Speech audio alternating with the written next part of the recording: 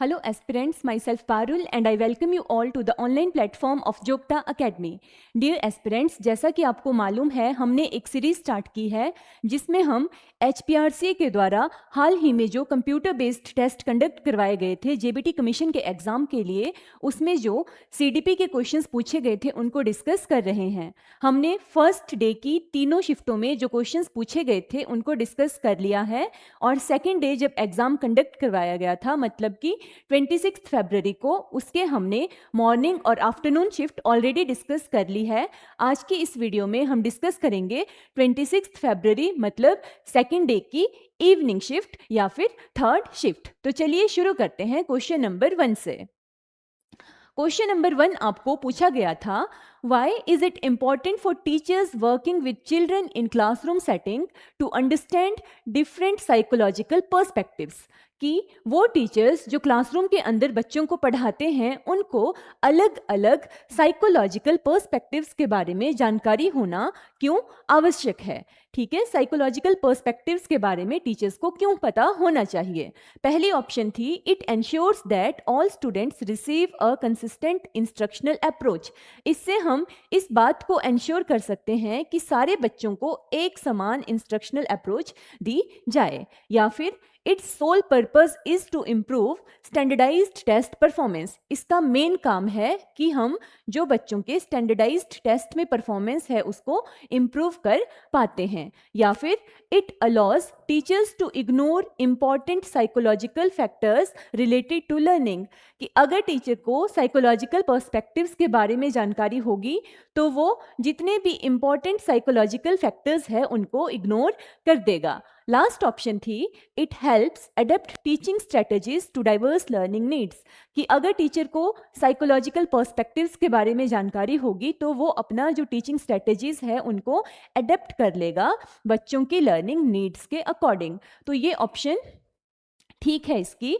देखो यहाँ पर इग्नोर करने की बात की गई है तो ये ऑप्शन तो पूरी तरह से गलत हो जाएगी कि टीचर बच्चों के साइकोलॉजिकल फैक्टर्स को इग्नोर कर देगा, ये बात गलत है। और स्टैंडर्डाइज्ड टेस्ट हम पहले वाली वीडियोस में बहुत बार पढ़ चुके हैं कि टीचर स्टैंडर्डाइज्ड टेस्ट नहीं लेता है और हमने सब बच्चों को एक हिसाब की इंस्ट्रक्शनल अप्रोचेस भी नहीं देनी है। बच्चों के लर्निंग नीड्स के अकॉर्डिंग हमें अलग अलग टाइप की इंस्ट्रक्शनल अप्रोचेस को फॉलो करना होता है। So the correct option is option number D, that is it help adapt teaching strategies to diverse learner needs, कि इसकी मदद से हम बच्चों की नीड्स के हिसाब से अपनी स्ट्रेटजीज को डेवलप कर सकते हैं।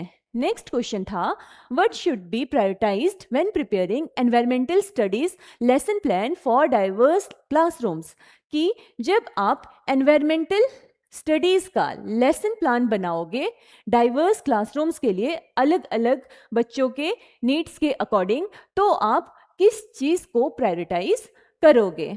पहला ऑप्शन है adhering to textbook reading for each lesson, कि आप प्रत्येक पाठ के लिए केवल पाठ्य पुस्तक पढ़ाने का पालन करोगे। तो देखो टीचर कभी भी सिर्फ और सिर्फ टेक्स्ट बुक को फॉलो नहीं करता, आपका ओनली सोर्स टेक्स्ट बुक नहीं होना चाहिए। टीचर प्रमोट करता है learning beyond the text book. आपने हमेशा याद रखना, जहाँ पर सिर्फ टेक्स्ट बुक्स को फॉलो करने की बात की गई होगी वो ऑप्शन गलत होगी। हमने बीएड में एक टॉपिक पढ़ा है learning beyond the text book, कि बच्चों को क्या करना है, टेक्स्ट बुक से बाहर जाकर चीज़ों को सिखाना है। मतलब जैसे आप मान लो इंडिया के बारे में पढ़ा रहे हैं तो आपने सिर्फ बुक को फॉलो नहीं करना, मैप ला के रख देना है। या मतलब बायो का कोई कॉन्सेप्ट समझा रहे हो तो आपने क्या करना है, बाहर नेचर में ले जाकर उनको चीज़ों को समझाना है। तो टेक्स्ट बुक्स पर ही हर एक पाठ के लिए डिपेंड रहना ये ऑप्शन गलत है। Varied activities to suit different learning needs, आप बच्चों से अलग अलग एक्टिविटीज़ करवाओगे उनकी लर्निंग नीड्स को सूट करने के लिए। यहाँ पर बच्चे एक्टिव भी हैं क्योंकि उनसे एक्टिविटीज़ करवाई जा रही है और अलग अलग एक्टिविटीज़ करवाने की बात की गई है, तो मतलब आप इंडिविजुअल डिफरेंसेस को भी ध्यान में रख रहे हो, तो ये ऑप्शन ठीक लग रहा है। इग्नोरिंग इंडिविजुअल डिफरेंसेस गलत। Planning lessons using only one teaching method, सिर्फ एक टीचिंग मेथड को फॉलो करना भी गलत है। So the correct option is option B, varied activities to suit different learning needs, कि अलग अलग एक्टिविटीज को करवाना बच्चों की लर्निंग नीड्स को पूरी करवाने के लिए। नेक्स्ट क्वेश्चन था which analysis would be helpful in evaluating the effectiveness of a new behavioural intervention in the school. आपने स्कूल में एक नया बिहेवियरल इंटरवेंशन प्रोग्राम लॉन्च किया है, तो उसकी इफेक्टिवनेस को इवेल्युएट करने के लिए कौन सी एनालिसिस सही रहेगी। देखिए, बिहेवियर इंटरवेंशन प्रोग्राम क्या होता है, जैसे मान लो आपकी क्लासरूम के बच्चे कुछ गलत बिहेव कर रहे हैं या कुछ ऐसा बिहेवियर शो कर रहे हैं जो एक्सेप्टेड नहीं है, तो उस बिहेवियर को ठीक करने के लिए जो आप प्रोग्राम करते हो, जो आप चेंजेस करते हो, उसी को एक हिसाब से कहा जाता है बिहेवियरल इंटरवेंशन प्रोग्राम। ठीक है, तो मान लो आपने अपने स्कूल में कोई ऐसा बिहेवियर इंटरवेंशन प्रोग्राम लॉन्च किया, तो उसकी इफेक्टिवनेस को चेक करने के लिए आप कौन सी स्ट्रेटजी अपनाओगे। पहला है रिव्यूइंग टेक्स्ट बुक प्रिंसिपल्स, कि आप टेक्स्ट बुक प्रिंसिपल्स को रिव्यू करोगे तो उससे इफेक्टिवनेस कैसे चेक करोगे। Comparing pre and post test data on students, आप देखोगे कि बच्चों का प्रोग्राम लॉन्च करने से पहले और उसके बाद कैसा बिहेवियर था, मतलब आपने प्री और पोस्ट दोनों जो बच्चों का बिहेवियर है उसको क्या किया, चेक किया। ये ऑप्शन थोड़ा ठीक लग रहा है। ऑब्जर्विंग टीचर ओपिनियन, टीचर्स के ओपिनियंस को ऑब्जर्व करना। जब इंटरवेंशन प्रोग्राम हमने बच्चों के ऊपर किया है तो टीचर्स की ओपिनियन उसमें मैटर नहीं करेगी या वो सही नॉलेज हमें नहीं देंगी। सर्वेइंग पेरेंट्स सेटिस्फेक्शन, कि सिर्फ पेरेंट्स की सेटिस्फेक्शन का सर्वे करना, ये ऑप्शन भी गलत है। तो इसका करेक्ट आंसर क्या है कि comparing pre and post test data on students. Next question है what does rotational symmetry means for a shape, कि किसी शेप के लिए रोटेशनल सिमेट्री का क्या मतलब है। देखो, ये क्वेश्चन जो है ये वैसे मैथ्स का क्वेश्चन है ना, मैथ्स का ये क्वेश्चन है। इन्होंने ऐसे किया है कि जो आपका सीडीपी सेक्शन है उसमें अलग अलग सेक्शन से एक दो क्वेश्चन हर एक सीरीज में या हर एक शिफ्ट में डाल दिए हैं। तो यहाँ पर इन्होंने ये मैथ्स वाला क्वेश्चन इस सेक्शन में पूछ लिया है कि किसी शेप की अगर रोटेशनल सिमेट्री है या कोई एक शेप रोटेशनल सिमेट्री को शो कर रही है तो इसका क्या मतलब है। रोटेशनल सिमेट्री का मतलब होता है कि जब किसी चीज को रोटेट करते हैं तो उसके बाद भी जो ओरिजिनल शेप थी उसकी तरह ही उसकी शेप रहती है। तो पहला ऑप्शन है the shape can be drawn using a ruler, the shape conforms to its original outline, the shapes sides are parallel, या the shapes size is the same as another shape। देखो, जैसे ये एक सर्कल है तो इसको मैं कितना भी रोटेट कर दूंगी क्या होगा, इसकी जो ओरिजिनल शेप है वो मेंटेन रहेगी, उसी की तरह ये हर बार रोटेशन के बाद दिखता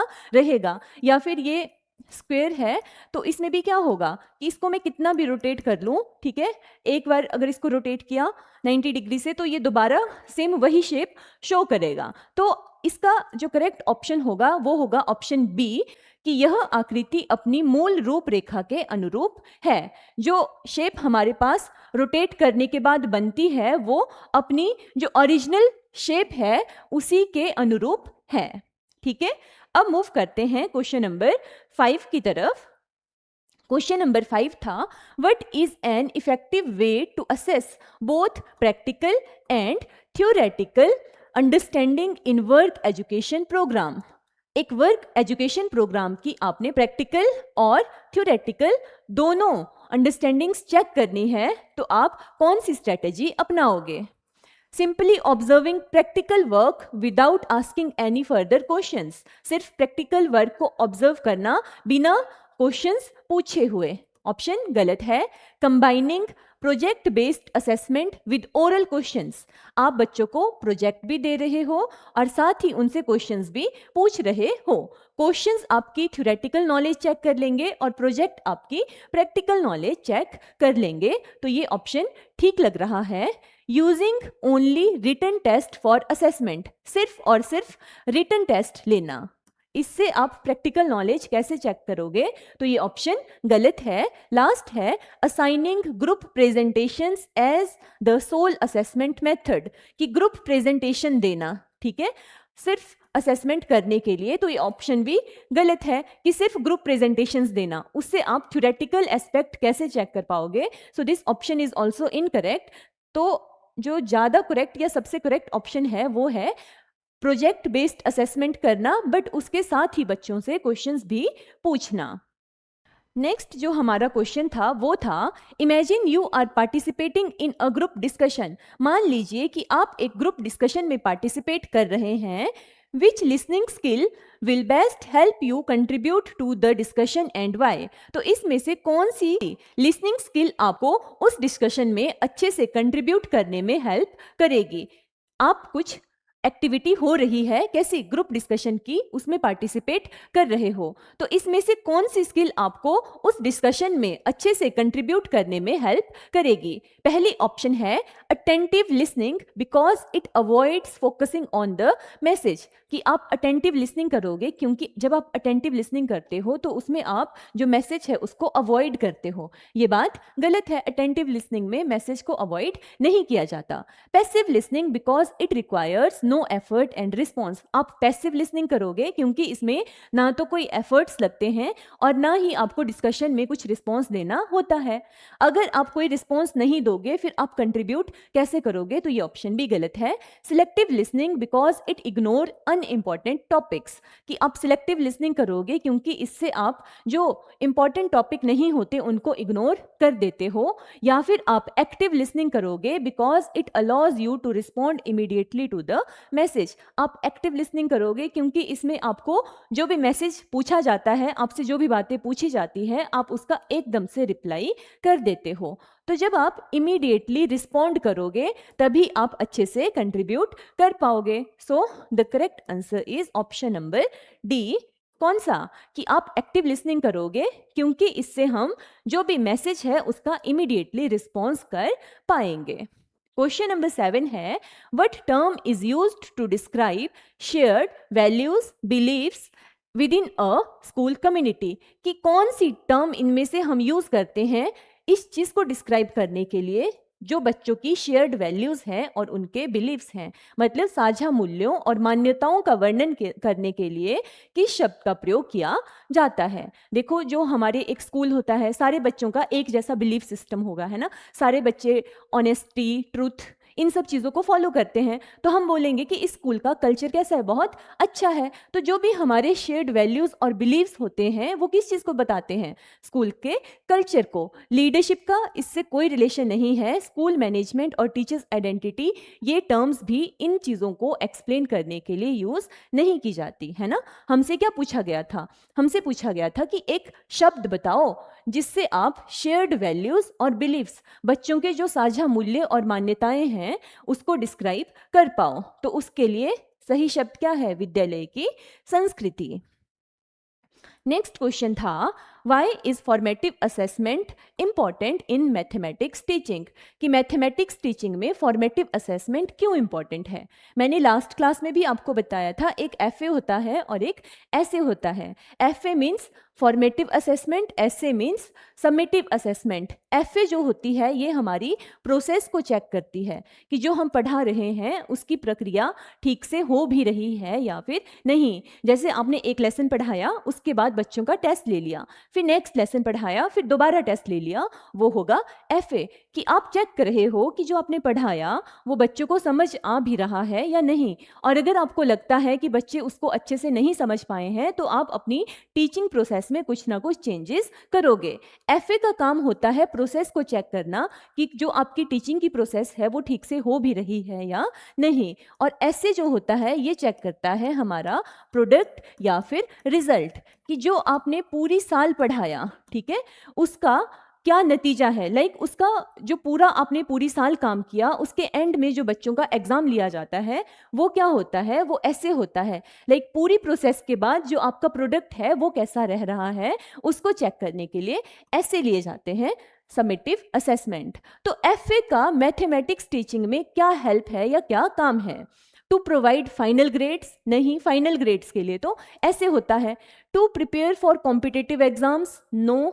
टू ऑर्गेनाइज क्लासरूम रिसोर्सेज, या फिर टू कंटिन्यूसली मॉनिटर अंडरस्टैंडिंग। तो इसका सही ऑप्शन क्या होगा कि आप एफए की मदद से कंटिन्यूसली ये चेक करते हो कि बच्चों को समझ आ भी रहा है या नहीं। तो करेक्ट ऑप्शन क्या होगा कि एफए का मेन काम है कंटिन्यूसली अंडरस्टैंडिंग को मॉनिटर करना, और अंडरस्टैंडिंग अगर अच्छे से नहीं हो रही है तो अपनी टीचिंग प्रोसेस में चेंजेस करना। क्वेश्चन नंबर 9 था, Which of the following is considered a neglected disease that primarily affect developing countries? कि इनमें से कौन सा एक नेग्लेक्टेड या फिर उपेक्षित रोग है जो मुख्य रूप से विकासशील देशों को प्रभावित करता है? इसके लिए हमें ये जानना पड़ेगा कि नेग्लेक्टेड डिजीजेस क्या होती हैं। डियर स्टूडेंट्स, नेग्लेक्टेड डिजीजेस की एक कैटेगरी है जिसमें हमने जितनी भी कम्युनिकेबल डिजीजेस होती हैं, कम्युनिकेबल मतलब ऐसी बीमारियां जो एक व्यक्ति से दूसरे व्यक्ति में फैल जाती हैं, उनको रखा हुआ होता है। और इनको नेग्लेक्टेड या फिर उपेक्षित रोग इसलिए कहा जाता है क्योंकि ये फैले तो बहुत ज़्यादा हैं पर इनको नेग्लेक्ट कर दिया गया है, इन पर रिसर्च ज़्यादा नहीं है, इसलिए इनको नेग्लेक्टेड डिजीजेस कहा जाता है। नेग्लेक्टेड डिजीजेस एक तो कम्युनिकेबल होती है, मतलब संचारी, एक व्यक्ति से दूसरे व्यक्ति में ये रोग फैल जाते हैं और इन पे रिसर्च जो है वो क्या की गई है, कम की गई है। जो इनकी दवाइयाँ हैं वो भी क्या है, अभी उतनी डेवलप्ड नहीं है, उतनी ज़्यादा नहीं बनी हुई है, तो इसीलिए इनको क्या कहा जाता है, नेग्लेक्टेड डिजीजेस कहा जाता है। तो इनमें से कौन सी एक डेवलपिंग कंट्रीज में होने वाली नेग्लेक्टेड डिजीज है? Stroke, coronary heart disease, diabetes या फिर लिम्फेटिक फ्लेरियसिस। देखिए स्ट्रोक क्या होता है, जैसे एकदम से ब्लॉकेज जो हो जाती है, तो क्या स्ट्रोक एक कम्युनिकेबल डिजीज है, एक आदमी से दूसरे में फैल जाती है? नहीं। हृदय रोग कम्युनिकेबल डिजीज नहीं है और ना ही डायबिटीज एक कम्युनिकेबल डिजीज है। तो इसका करेक्ट ऑप्शन क्या होगा, लिम्फेटिक फ्लेरियसिस। जो आपने देखा होगा ना कि कुछ लोगों के पाँव क्या हो जाते हैं, बहुत बड़े बड़े ऐसे फूल जाते हैं, ठीक है, उनमें कुछ पैरासिटिक इन्फेक्शन हो जाता है, इसको एलिफेंटियासिस भी कहा जाता है। आपकी लेग्स इतनी बड़ी बड़ी हो जाएगी लाइक एलिफेंट लेग्स, ठीक है। तो ये क्या है, ये एक क्या है, नेग्लेक्टेड डिजीज है जो डेवलपिंग कंट्रीज को बहुत प्रभावित करती है। नेग्लेक्टेड डिजीजेस में हमने डेंगू को भी रखा है और साथ ही लेप्रोसी और जितने भी ये पैरासिटिक वर्म्स जो होते हैं,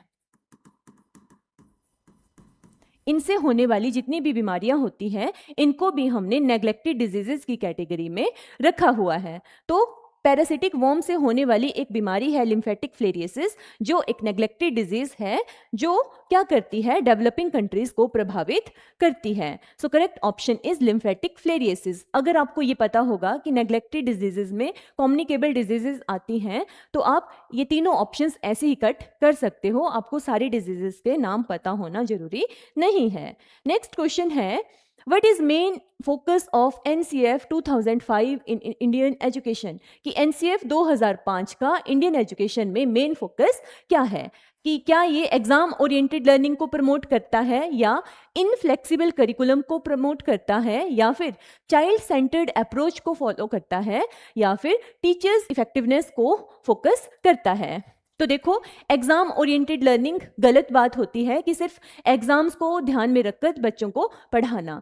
इनफ्लेक्सिबल करिकुलम ये भी गलत बात है, करिकुलम तो फ्लेक्सिबल होना चाहिए। चाइल्ड सेंटर्ड अप्रोच या फिर टीचर्स इफेक्टिवनेस, तो इन दोनों ऑप्शंस में देखा जाए तो करेक्ट ऑप्शन क्या होगा, चाइल्ड सेंटर्ड अप्रोच। कि एनसीएफ 2005 किसको फोकस करता है, चाइल्ड सेंटर्ड अप्रोच को। नेक्स्ट क्वेश्चन है, why is it important to induce activities that encourage students participation in social science classes? कि सोशल साइंस पढ़ाती बार ऐसी एक्टिविटीज करवाना क्यों जरूरी है जो बच्चों की पार्टिसिपेशन को एनकरेज करती है? पहला ऑप्शन है, it eliminate the need for teachers instruction, कि इससे जो शिक्षक है उनको अनुदेश देने की आवश्यकता समाप्त हो जाती है। या फिर इट मेक्स ग्रेडिंग ईजियर, इससे आप बच्चों को आसानी से ग्रेड कर पाते हो। या इट रिड्यूस लेसन टाइम, या फिर it improve comprehension and retention. Comprehension का मतलब है समझ और रिटेंशन का मतलब है कि बच्चा ज़्यादा टाइम तक पढ़ाई गई चीज़ को अपने दिमाग में पकड़ कर रखेगा, रिटेन करके रखेगा। तो अगर इन सब ऑप्शंस में देखा जाए तो करेक्ट ऑप्शन कौन सी है, ऑप्शन डी। क्योंकि जब बच्चा पार्टिसिपेट करके कोई चीज़ लर्न करेगा, खुद करके चीज़ों को सीखेगा, तो वो उस चीज़ को ज़्यादा अच्छे से समझ पाएगा और उस चीज़ को ज़्यादा लंबे टाइम तक अपने दिमाग में रिटेन करके रख सकेगा। So the correct option is option number D. Next question है, which of the following best describes the instructor's role in constructivist learning environment, कि इनमें से कौन सी ऑप्शन जो है वो एक इंस्ट्रक्टर के रोल को अच्छे से समझाती है, किसमें, एक कंस्ट्रक्टिविस्ट लर्निंग एनवायरनमेंट में। पहले आपको ये पता होना चाहिए कि कंस्ट्रक्टिविस्ट क्या होते हैं। कंस्ट्रक्टिविस्ट साइकोलॉजी की एक वो विचारधारा है जो ये मानती है कि बच्चा अपने ज्ञान का निर्माण खुद करता है, ठीक है, उसको बाहर से किसी इन्फ्लुएंस की आवश्यकता नहीं होती, बच्चा चीज़ों को खुद से सीख लेता है, उसमें अंदर एक इनेट एबिलिटी होती है हर एक चीज़ को सीखने की। इसको कहा जाता है कंस्ट्रक्टिविस्ट, और इसका बेस्ट एग्जाम्पल है पियाजे, ठीक है। पियाजे एक रेडिकल कंस्ट्रक्टिविस्ट थे जो मानते थे कि बच्चा अपने ज्ञान का निर्माण खुद करता है, ठीक है। तो इनमें से देखते हैं कि कंस्ट्रक्टिविस्ट विचारधारा को कौन सी ऑप्शन ज़्यादा अच्छे से फॉलो करती है। Controlling all discussions without input from participants, कि अगर आप कंस्ट्रक्टिविस्ट थॉट प्रोसेस के हो, ठीक है, या आप कंस्ट्रक्टिविस्ट लर्निंग एनवायरनमेंट में बच्चों को पढ़ा रहे हो, तो आप सारी डिस्कशन को खुद से कंट्रोल करोगे बिना बच्चों को पार्टिसिपेट करने का मौका दिए हुए। तो ये ऑप्शन गलत है, क्योंकि बच्चा तो अपने ज्ञान का निर्माण खुद करता है, अगर आप कंट्रोल करोगे, ठीक है। इसमें कंस्ट्रक्टिविस्ट जो होते हैं ये मानते हैं कि सोसाइटी जो है, मतलब हम लोगों को, बच्चों को कोई भी रीइंफोर्समेंट, ठीक है, या रिवॉर्ड्स देने की जरूरत नहीं है, बच्चा खुद से चीज़ों को सीख जाता है। ये ऑप्शन गलत है। Providing opportunities for social and personal engagement, कि बच्चों को अपॉर्चुनिटीज़ देना पार्टिसिपेट करने की या एंगेज होने की सोसाइटी में और पर्सनल लेवल्स पे। तो जितना ज़्यादा बच्चा एंगेज होगा, पार्टिसिपेट करेगा, उतना वो चीज़ों को खुद से सीखेगा। ये ऑप्शन थोड़ा ठीक लग रहा है। प्रोवाइडिंग इंफॉर्मेशन सोली थ्रू लेक्चर्स, बच्चों को लेक्चर्स देना और इंफॉर्मेशन प्रोवाइड करना। मैंने आपको बताया है सोली, ओनली वाली या सोली वाली ऑप्शंस मैक्सिमम टाइम गलत होती है। सिर्फ बच्चों को लेक्चर देना गलत बात है। Focusing solely on reading assignments, कि बच्चों को सिर्फ असाइनमेंट्स रीड करने के लिए देना, ये ऑप्शन भी गलत है। So the correct option is option number B, जिसमें ये कहा गया है कि कंस्ट्रक्टिविस्ट जो होंगे, ठीक है, जो इंस्ट्रक्टर कंस्ट्रक्टिविस्ट होगा वो क्या करेगा, वो बच्चों को अपॉर्चुनिटीज देगा सोशल और पर्सनल एंगेजमेंट की, कि वो सोशली और पर्सनली लोगों के साथ क्या हो, एंगेज हो, और वो खुद से अपने ज्ञान का निर्माण कर ले, ठीक है। नेक्स्ट क्वेश्चन है, According to structural functionalist, what is the main role of educational institutes in society? Structural functionalist जो होते हैं, इनके अनुसार जो मेन रोल है किसी एजुकेशनल इंस्टीट्यूशन का सोसाइटी में, वो क्या होता है। स्ट्रक्चरल फंक्शनलिस्ट वो लोग होते हैं जिनका ये मानना होता है कि जो सोसाइटी में स्ट्रक्चर्स हैं, जैसे परिवार हो गया, एजुकेशनल इंस्टीट्यूट हो गया, या रिलीजन हो गया, जितने भी हमारे सोशल स्ट्रक्चर्स हैं, वो सब साथ मिलकर अच्छे से फंक्शन करते रहें। ये फोकस करते हैं फंक्शनिंग पे, कि किसी भी इंस्टीट्यूशन की या किसी भी सोशल स्ट्रक्चर की फंक्शनिंग अच्छे से होती रहनी चाहिए, ठीक है। मतलब सोसाइटी एक स्टेबल और सॉलिड फॉर्म में रहनी चाहिए। सारी जितने भी सोशल ऑर्डर्स हैं, समाज में जितने भी नियम बनाए गए हैं, उनको लोग अच्छे से फॉलो करें और सोसाइटी अच्छे से फंक्शन करती रहे। तो सोशल फंक्शनलिस्ट के अकॉर्डिंग किसी भी एजुकेशनल इंस्टीट्यूट का सोसाइटी में क्या रोल होता है। पहला है चैलेंजिंग द सोशल ऑर्डर। देखो, ये तो फंक्शनिंग अच्छे से चाहते हैं, तो ये कभी भी चीज़ों को चैलेंज नहीं करेंगे, ठीक है, या चैलेंज करने को प्रमोट नहीं करेंगे। ये चाहेंगे कि जो भी फंक्शंस सोसाइटी में हो रहे हैं, या जो भी सोसाइटी में नीतियाँ चली हुई है, सब लोग उनको फॉलो करते रहें, मानते रहें, और सोसाइटी आराम से चलती रहे। तो चैलेंज करने वाली ऑप्शन गलत है। नेक्स्ट ऑप्शन है इनकॉर्पोरेटिंग कंसेंसस, या फिर आम सहमति को सम्मिलित करना।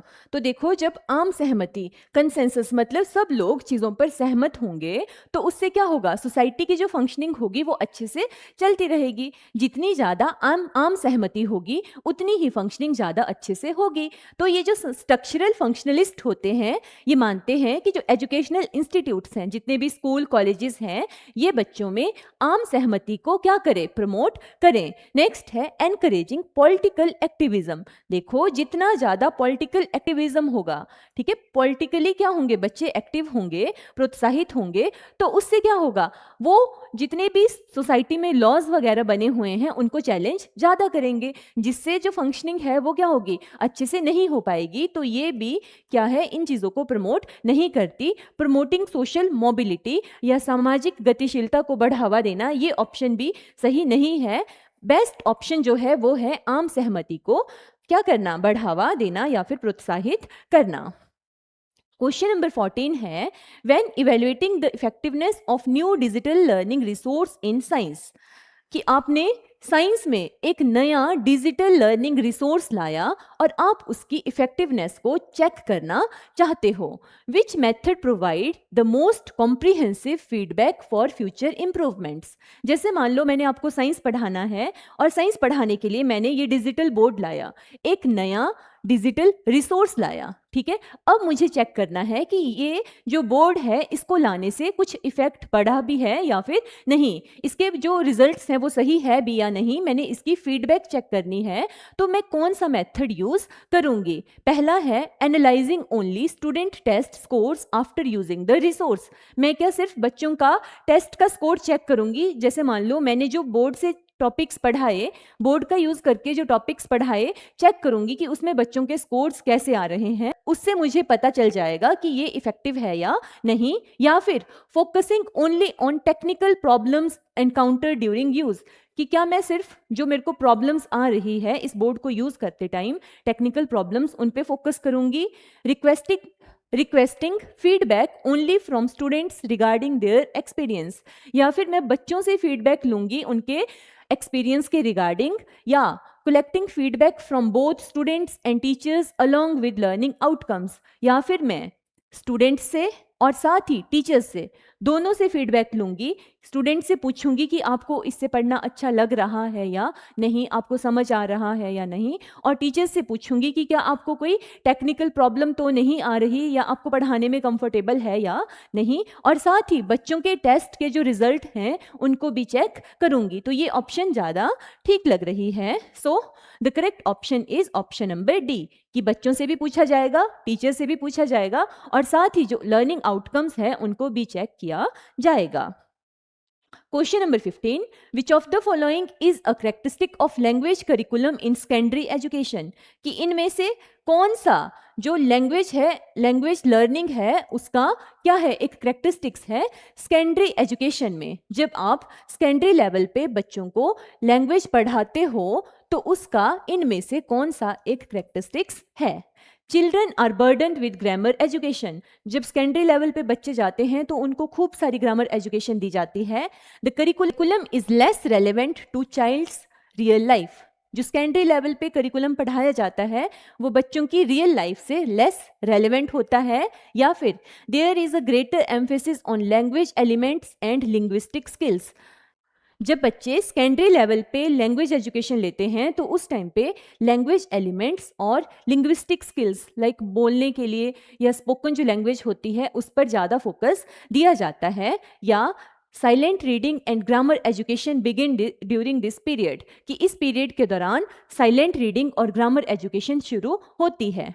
देखो, ग्रामर रूल्स के साथ बच्चे को बर्डन करना ये बात गलत है, और सेकेंडरी लेवल पे जो चीज़ें पढ़ाई जाती है उनका रियल लाइफ में कोई रेलेवेंस नहीं होता, ये बात भी गलत है। साइलेंट रीडिंग, जैसे जो मन में बच्चा पढ़ता है ना चीज़ों को, जैसे मैं इसको पढ़ रही हूँ पर जोर से रीड नहीं कर रही, ये चीज़ें अर्ली स्टेजेस में हो जाती है, तो ये भी ऑप्शन गलत है। सही ऑप्शन है कि जब बच्चा एलिमेंट्री या सेकेंडरी लेवल पे पहुंच जाता है तो उस टाइम पर उसको क्या लिंग्विस्टिक स्किल्स और लैंग्वेज एलिमेंट्स के बारे में ज़्यादा अच्छे से पढ़ाया जाता है।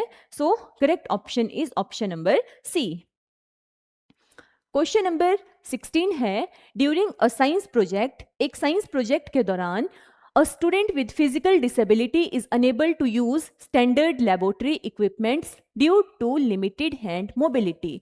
साइंस में कोई लैब में एक्सपेरिमेंट करते टाइम एक बच्चा है जिसको फिजिकल डिसेबिलिटी है, वो अनेबल टू यूज़, वो जो लैब के सामान है उनको अच्छे से यूज़ नहीं कर सकता क्योंकि उसके जो हाथ हैं वो अच्छे से मूव नहीं करते। Which approach is best suited to ensure the students' active participation in this experiment? कौन सी अप्रोच से आप बच्चे को एक्टिवली पार्टिसिपेट करवा पाओगे इस एक्सपेरिमेंट में? ऑप्शंस देखते हैं। पहली ऑप्शन है assigning alternative written task instead of allowing the student to participate in experiment. बच्चे को कुछ रिटन काम दे देना कि तुम एक्सपेरिमेंट मत करो, तुम रिटन वर्क कर लो। ये ऑप्शन गलत है क्योंकि बोला गया है बच्चे से एक्टिवली पार्टिसिपेशन करवानी है। Providing detailed written instructions and explaining regarding the experiment without direct participation. बच्चे को आपने डायरेक्ट पार्टिसिपेट नहीं करवाना, बस उसको जो भी स्टेप्स हैं, ठीक है, उसकी रिटन इंस्ट्रक्शन दे देना और सारे स्टेप्स को क्या करना, एक्सप्लेन कर देना, पर उससे पार्टिसिपेशन ना करवाना। ये ऑप्शन भी गलत है। Asking a peer to perform the experiment procedure while the student observe without direct participation. आप क्या करोगे, आप बच्चे के पीयर क्लासमेट को बोलोगे कि तुम एक्सपेरिमेंट को परफॉर्म करो और बच्चा सिर्फ उस चीज को देखेगा, ठीक है, बच्चा एक्टिवली पार्टिसिपेट नहीं करेगा। तो यहां पर भी डायरेक्ट पार्टिसिपेशन नहीं हो रही, तो ये ऑप्शन भी गलत है। एडेप्टिंग लेबोरेटरी इक्विपमेंट्स, आप जो लैब के इक्विपमेंट्स हैं उनको एडेप्ट करोगे, उनमें थोड़े चेंजेस लाओगे बच्चे के हिसाब से। And providing assistive technology so that student can participate independently, और बच्चे को कुछ अलग सी टेक्नोलॉजी लाकर दोगे, कुछ अलग से टूल्स वगैरह लाकर दोगे ताकि बच्चा एक्टिवली पार्टिसिपेट कर पाए। हमने लेबोरेटरी के इक्विपमेंट्स को भी एडेप्ट किया और अलग से टेक्नोलॉजी भी लाई बच्चे के लिए ताकि वो पार्टिसिपेट कर पाए। सो ये ऑप्शन ज़्यादा करेक्ट है, ऑप्शन नंबर डी, क्योंकि यही तो पूछा गया है कि बच्चे की पार्टिसिपेशन आपने करवानी है। So option D is correct. Question number 7 है कि a 7-year-old boy in class becomes frustrated after solving a difficult puzzle and leaves it unfinished. एक 7 साल का बच्चा है, अगर उसको कोई भी डिफिकल्ट पजल दिया जाता है तो वो फ्रस्ट्रेटेड हो जाता है और उस पजल को बीच में ही अनफिनिश्ड, बिना पूरा किए छोड़ देता है। The teacher observes that the child generally prefers activities with clear instructions and immediate feedback. Teacher पाता है कि बच्चा ऐसे काम करना प्रेफर करता है जिसमें जो इंस्ट्रक्शंस हैं वो क्लियरली दी होती है और साथ ही बच्चे को फीडबैक भी इमीडिएटली दे दिया जाता है। Which learning theory best explain this preference? तो कौन सी थ्योरी बच्चे के इस बिहेवियर को अच्छे से समझाती है? एक बच्चा है, अगर आप उसको ऐसे बोलोगे एक छोटा सा काम कि पहले ये करना, फिर ये करना, फिर ये करना, ठीक है, स्टेप्स आपने क्लियरली उसको बताए हैं और हर एक स्टेप के बाद आप उसको फीडबैक देते रहते हो तो बच्चा काम अच्छे से करता है। पर अगर आपने उसको एक डिफिकल्ट काम दे दिया, एक लंबा काम दे दिया, तो उसको वो अनफिनिश्ड छोड़ देता है, बिना पूरा किए हुए ही छोड़ देता है और फ्रस्ट्रेटेड हो जाता है। तो कौन सी चीज बच्चे के इस बिहेवियर को एक्सप्लेन करती है?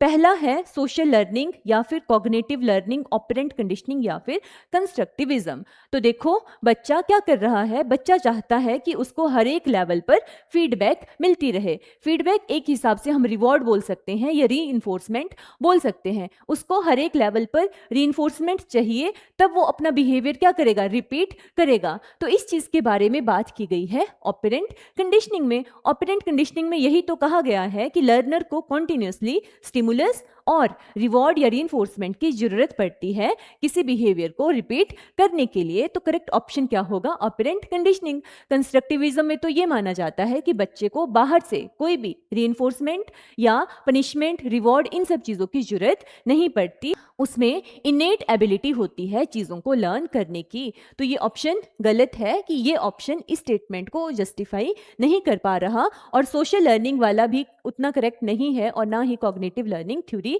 बेस्ट अगर ऑप्शन देखा जाए तो वो कौन सा रहेगा, ऑपरेंट कंडीशनिंग का। नेक्स्ट क्वेश्चन है, during a policy review a district level educational administrator observes overlapping mandates in teachers' professional development responsibilities of State Council of Educational Research Training and District Institute of Education and Training.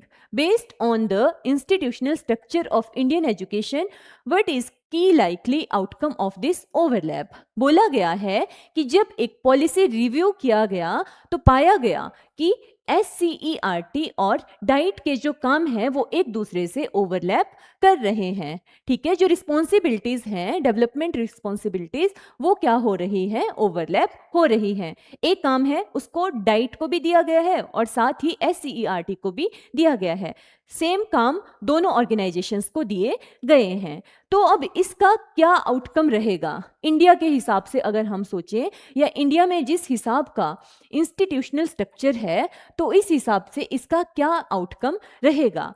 Delays in implementation due to unclear role clarity, कि क्या इससे जो भी programme है वो delayed implement होंगे, implement होने में देरी होगी उनकी, क्योंकि किसी को भी अपना रोल क्लियर नहीं होगा। या improvement in teacher training outcome through collaboration, कि जो हमारी टीचर ट्रेनिंग प्रोग्राम है उसमें इम्प्रूवमेंट हो जाएगी। या फिर स्ट्रीमलाइन करिकुलम डेवलपमेंट प्रोसेस, जो हमारी करिकुलम डेवलपमेंट की प्रोसेस है वो स्ट्रीमलाइन हो जाएगी। या increased funding for teacher training, funding क्या हो जाएगी, इंक्रीज हो जाएगी। देखो इसमें मेन बात इन्होंने पूछी है कि आपने based on the institutional structure of Indian education, India के एजुकेशन के स्ट्रक्चर को देखकर बताना है। तो देखो क्या होगा, एक काम है उसे मुझे भी कहा गया है करने को और किसी और पर्सन को भी कहा गया है सेम वर्क को करने को। मैं सोचूंगी कि ये कर लेंगे, ये सोचेंगे कि मैं कर लूंगी, उस चक्कर में उस काम को कोई भी नहीं करेगा, क्योंकि क्या हो गया, क्लियरली किसी एक को रिस्पॉन्सिबिलिटी नहीं दी गई। तो इससे क्या होगा, डिलेड इन इम्प्लीमेंटेशन, जो इम्प्लीमेंट होना है काम उसमें क्या हो जाएगा, डिले हो जाएगा due to unclear role clarity, क्योंकि काम को क्या किया है, अच्छे से क्लियरली किसी एक ऑर्गेनाइजेशन को नहीं दिया गया है। So option A is the correct answer. Question number 19 या फिर हमारा सेकंड लास्ट क्वेश्चन है, a teacher incorporates fine arts into mathematics lesson by having students create dance patterns based on geometric shapes. What is most appropriate approach to assess students learning in this context. एक teacher mathematics पढ़ाते time क्या करती है, उसमें थोड़ा सा fine arts को introduce कर देती है। वो बच्चों को मैथ्स की शेप सिखाने के लिए उनको बोलती है कि तुमने ऐसे जैसे डांस स्टेप्स, डांस करते करते ऐसी शेप्स ड्रॉ करनी है या ऐसे शेप्स बनानी है अलग अलग, ठीक है। लाइक सर्कल बना दिया, ट्रायंगल बना दिया, एक सेमी सर्कल बना दिया, तो उससे क्या होगा, बच्चे डांस भी सीखेंगे और साथ ही उनको जो ज्योमेट्रिक शेप्स हैं उनके बारे में भी जानकारी मिलेगी। तो अब टीचर इस चीज़ को, मतलब बच्चों की जो परफॉर्मेंस है उसको असेस करने के लिए बेस्ट मेथड कौन सा रहेगा। पहला है counting the total number of geometric shapes included in dance sequence without assessing comprehension or originality, कि क्या आप सिर्फ बच्चों ने डांस करती बार कितनी शेप्स बनाई उसको काउंट करोगे बिना ये चेक किए हुए कि क्या वो चीज़ें बच्चों को समझ आई भी है या नहीं। या फिर evaluating only students dance techniques and performance quality without considering conceptual understanding, आप सिर्फ ये देखोगे कि बच्चों का जो डांस की टेक्निक है वो कितनी अच्छी है या उनकी परफॉर्मेंस कितनी अच्छी है, बिना बच्चों की जो कॉन्सेप्चुअल अंडरस्टैंडिंग है उसको चेक किए हुए। इधर आप क्वालिटी देखोगे, कितना अच्छा डांस कर रहे हैं और समझ कितना आया है या कॉन्सेप्ट की क्लैरिटी कितनी है, इस चीज़ को चेक नहीं करोगे। इधर आप शेप्स देखोगे कि कितनी ज़्यादा शेप्स बनाई, ये चेक नहीं करोगे कि उनको वो चीज़ें समझ आई है या नहीं। तो ये ऑप्शन भी गलत है, ये ऑप्शन भी गलत है। Assessing both students understanding of geometric concepts and their creativity in dance patterns they create, आप दोनों चीज़ें चेक करोगे कि ज्योमेट्रिक कॉन्सेप्ट की अंडरस्टैंडिंग उनको कितने अच्छे से हुई है और साथ ही क्रिएटिविटी कि जब वो डांस कर रहे हैं तो उस टाइम पे कितने क्रिएटिव हैं, वो दोनों चीज़ें चेक करोगे, डांस पैटर्न की क्रिएटिविटी भी और ज्योमेट्रिक शेप्स की अंडरस्टैंडिंग भी। तो ये ऑप्शन ठीक लग रही है। Grading solely on mathematical accuracy of shapes without considering artistic expression और क्रिएटिविटी, कि सिर्फ इस आधार पर ग्रेड करोगे कि जो मैथमेटिकल शेप्स उन्होंने बनाई है वो कितनी एक्यूरेट है बिना आर्टिस्टिक एक्सप्रेशन या फिर क्रिएटिविटी को चेक किए हुए। तो ये ऑप्शन भी गलत है। So the correct option is option number C, कि assessing both students understanding of geometric concepts and their creativity in dance patterns they create, दोनों चीज़ों को हम चेक करेंगे। नेक्स्ट क्वेश्चन है which factor best represent the aspect of nurture in shaping child's personality, कि इनमें से कौन सा फैक्टर नर्चर वाले एस्पेक्ट को डिफाइन करता है या बताता है, इनमें कौन सी चीज़ नर्चर को दिखाती है किसी चाइल्ड की पर्सनैलिटी को डेवलप करने में। स्टूडेंट्स, आपने नेचर वर्सेस नर्चर तो सुना ही होगा। देखो, जो नेचर होता है इसका मतलब होता है हेरिडिटी, और नर्चर रिप्रेजेंट करता है हमारी एनवायरनमेंट को। एनवायरनमेंट हमारी होती है डायनेमिक, मतलब कि चेंज होती रहती है, और हेरिडिटी या फिर जीन्स जो हमें पेरेंट्स से एक बार मिल गए वो मिल गए। तो हेरिडिटी या नेचर होता है स्टैटिक। तो इन्होंने बात की है नर्चर की, मतलब नर्चर का मतलब होता है पालना या फिर पालन पोषण। तो इनमें से कौन सी चीज़ जो है वो हेरिडिटी को रिप्रेजेंट नहीं करती, एनवायरनमेंट को रिप्रेजेंट करती है। Physical characteristics, parental upbringing, chromosome count या जेनेटिक मेकअप, ये हेरिडिटी आएगा। क्रोमोसोम्स भी हेरिडिटी और फिजिकल करेक्टर्स भी मेनली हेरिडिटी पे डिपेंड करते हैं। जो पेरेंटल अपब्रिंगिंग है, ठीक है, कि माता पिता द्वारा पालन पोषण जो है वो पालन पोषण वाला जो फैक्टर है उसको रिप्रेजेंट करता है। So the correct option is option number B, parental upbringing. तो इसी के साथ ये क्वेश्चन पेपर डिस्कशन यहीं पर कंप्लीट होता है। डियर स्टूडेंट्स, अगर आप जोग्ता एकेडमी के साथ अपनी जेबीटी कमीशन की तैयारी ऑनलाइन या फिर ऑफलाइन मोड पे कंटिन्यू करना चाहते हैं तो आप ऊपर दिए गए नंबर के ऊपर कांटेक्ट कर सकते हैं। साथ ही नेक्स्ट आने वाली वीडियोस में हम डिस्कस करेंगे लास्ट डे मतलब 27 फरवरी की मॉर्निंग, आफ्टरनून और इवनिंग शिफ्ट में पूछे गए सीडीपी के क्वेश्चंस को। अगर वीडियो आपके लिए हेल्पफुल रहा है तो please share it with your friends and like, share and comment on the video. Thank you.